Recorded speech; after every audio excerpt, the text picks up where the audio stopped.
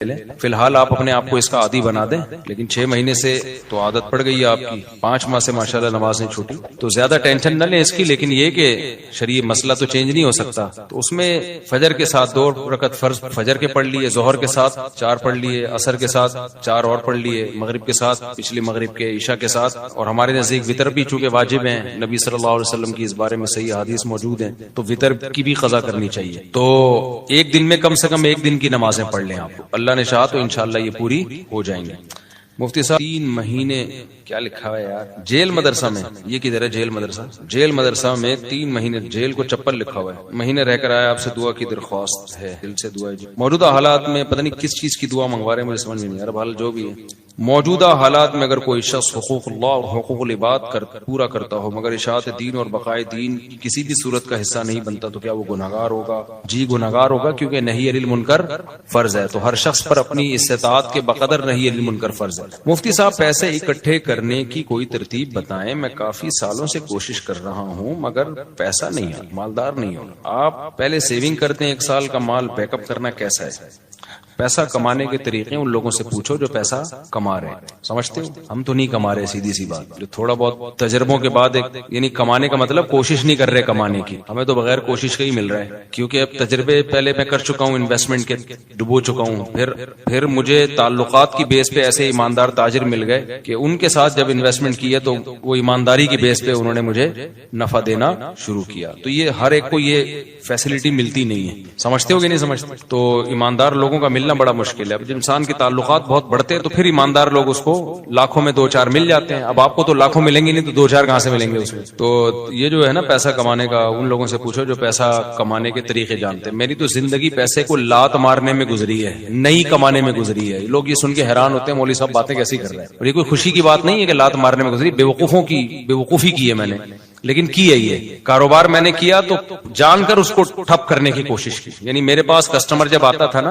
2007-8 کی بات کر رہا ہوں، میرا شہد کا بزنس تھا، گھر میں شہد کا اسٹاک لے کر آنا پڑے گا، تو میں کہتا تھا ایسا کریں آپ کل آ جائیں، کائنڈلی آپ کب آ جائیں؟ وجہ اس کی یہ تھی کہ مجھے یہ تھا کہ ناشتہ میں نے کر لیا، دوپہر کھانا میں نے کھا لیا، رات کا کھانا پڑا ہوا ہے، مدرسے سے اتنی تنخواہ مل رہی ہے کہ میرا راشن پانی 2 گھروں کا ہو جاتا ہے، مہینے کے بعد کچھ نہیں بچتا تو تنخواہ آ جاتی ہے، تو اور اگر جامعہ سے تنخواہ نہیں ملے، بعض دفعہ وہاں بھی حالات ایسے چلتے رہتے ہیں 2-2 مہینے، تو دکان والے سے اتنے تعلقات ہیں وہ کریڈٹ پہ دے دیتا ہے، جب 2 مہینے بعد تنخواہ ملے گی تو 2 مہینے کے اکٹھے پیسے نمٹا دیں گے اس کو، تو ایسے ہمارا حساب کتاب چل رہا تھا۔ تو مجھے یہ تھا کہ یار میری خواہش کیا ہے، گھر ذاتی گھر پراپرٹی تو میری خواہش نہیں ہے، ایک گھر مسجد نے دیا ہوا ہے، ایک جامعہ تو رشید مجھے اس کا رینٹ دیتا ہے، میں جامعہ میں ٹیچر ہوں، تو گھر کا رینٹ، وہ 2 بیویاں تھی میری اس وقت، تو ایک کا رینٹ جامعہ دے رہا ہے، گیس بجلی کا بل، اور ایک گھر مجھے مسجد میں امامت ہے، تنخواہ تھوڑی ہے لیکن مجھے یہ سہولت ہے، انہوں نے گھر دیا ہوا ہے، مجھے کیا ضرورت ہے پیسہ، میری جو اپنی کھوپڑی تھی وہ یہ تھی، تو گھر میں آٹا، دال، گوشت، انڈا جو ضرورت ہوتی ہے، ہر روزانہ گوشت نہیں بنتا تھا، ہفتے میں 1 آدھ دفعہ گوشت بن جاتا ہے، بہت ہے ہفتے میں، کیٹو ٹوپی ڈرامہ چھوڑ دو، کیٹو ڈائٹ یہ غریبوں کے کام نہیں ہے، غریب آدمی سب کچھ کھا کے بھی ٹھیک رہتا ہے، اور امیر آدمی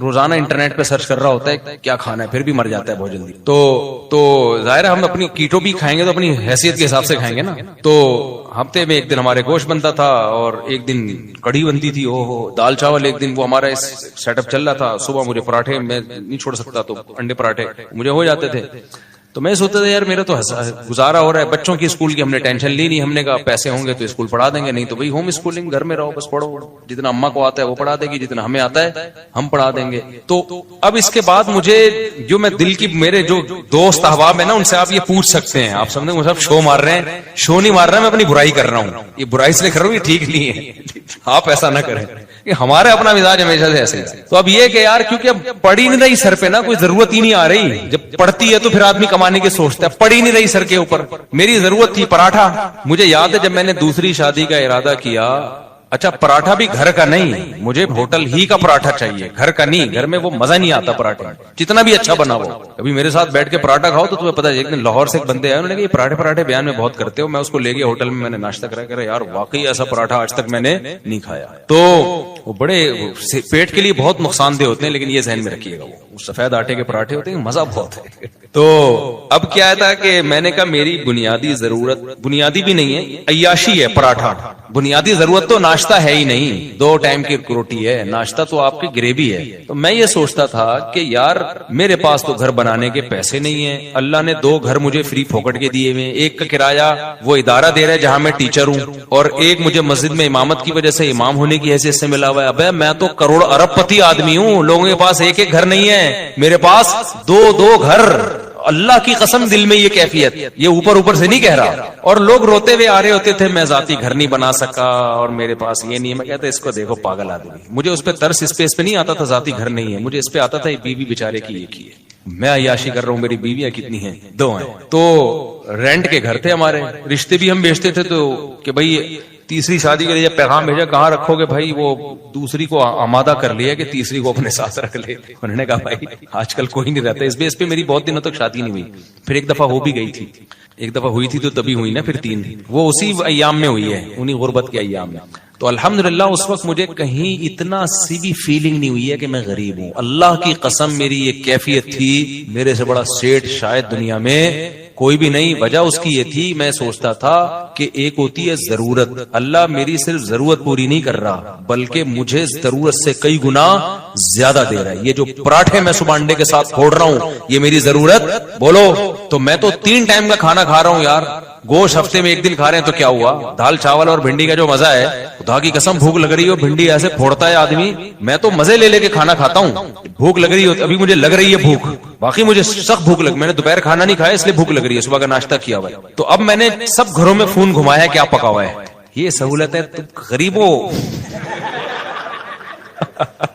اب میرا تمہیں گالیاں دینے کا دل چاہ رہا ہے. ہم نے فوکس کیا شادیوں کو جو نیچرل ہے, تم فوکس کرتے ہو بحریہ ٹاؤن کو, گاڑیوں کو.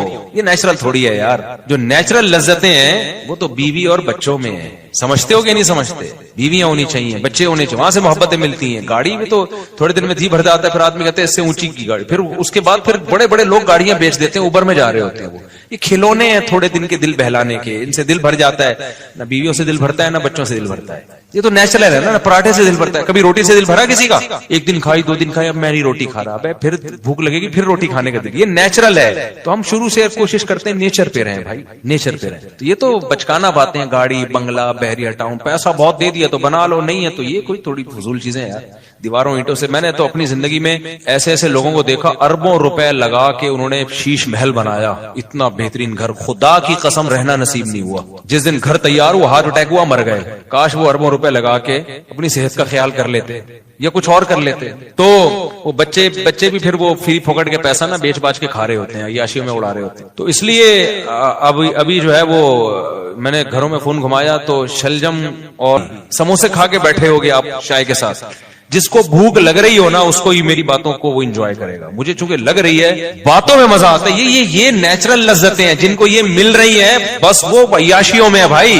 کیا کرنا ہے ایسی دولت کا, نہ کچھ کھا سکتا ہے نہ. اکثر مالدار ہم نے دیکھے ہیں, 1 آدھ بچہ ان کا, وہی بچہ خراب نکلا, وہی ٹینشن دے رہا ہے, زندگی عذاب بن گئی ان کی. شروع میں پیسے سے برگر اتنے کھا لیے کہ اب کچھ کھانے کے قابل نہیں بچے, اتنا وزن بڑھ گیا ان کا, کھا ہی نہیں سکتے. پراٹھے کا نام سن کے بے ہوش ہو جاتے ہیں وہ. تو سب سے بڑی نعمت صحت ہے, بیوی بچے ہیں, اور سر چھپانے کے لیے جگہ مل جائے, بے شک وہ کرائے ہی کی کیوں نہ ہو. تو میں کہتا یار لوگوں کے پاس ایک جگہ, میرے پاس کتنی ہے, حالانکہ میرا ان میں سے ایک بھی نہیں. مسجد والے جب امامت سے نکالے تو گھر بھی گیا, کیا خیال ہے. تو ہوٹل کے جا کے پراٹھے پھوڑو, یہ عیاشی مجھے چھوڑنی پڑے گی, لیکن اللہ کی قدرت ایسی ہوئی کہ وہ بھی نہیں چھوڑنی پڑی. آپ جیسے جیسے شادی کرتے ہیں, بچے ہوتے ہیں, آپ کی سورس آف انکم بڑھتی چلی جاتی ہے, کم نہیں ہوتی ہے. تو کم ہوتی نہیں ہے کسی قیمت. اب میری سورس آف انکم پھر کہاں سے, آسمان سے پیسے برسنا شروع ہوئے. میرے ساتھ ایسے ایسے معاملات ہوئے ہیں کہ میں تو بتا رہا ہوں نا, کاروبار شروع کیا تو یہ بزنس ہو رہا تھا میرا, میں بیٹھا ہوا ہوں جی شہد چاہیے, ابے اوپر کون جائے گا شہد لینے, کیوں میری ضرورتیں پوری ہو رہی ہیں. مجھے لگ رہا ہے یہ بزنس کیا ہے, غریبی ہے.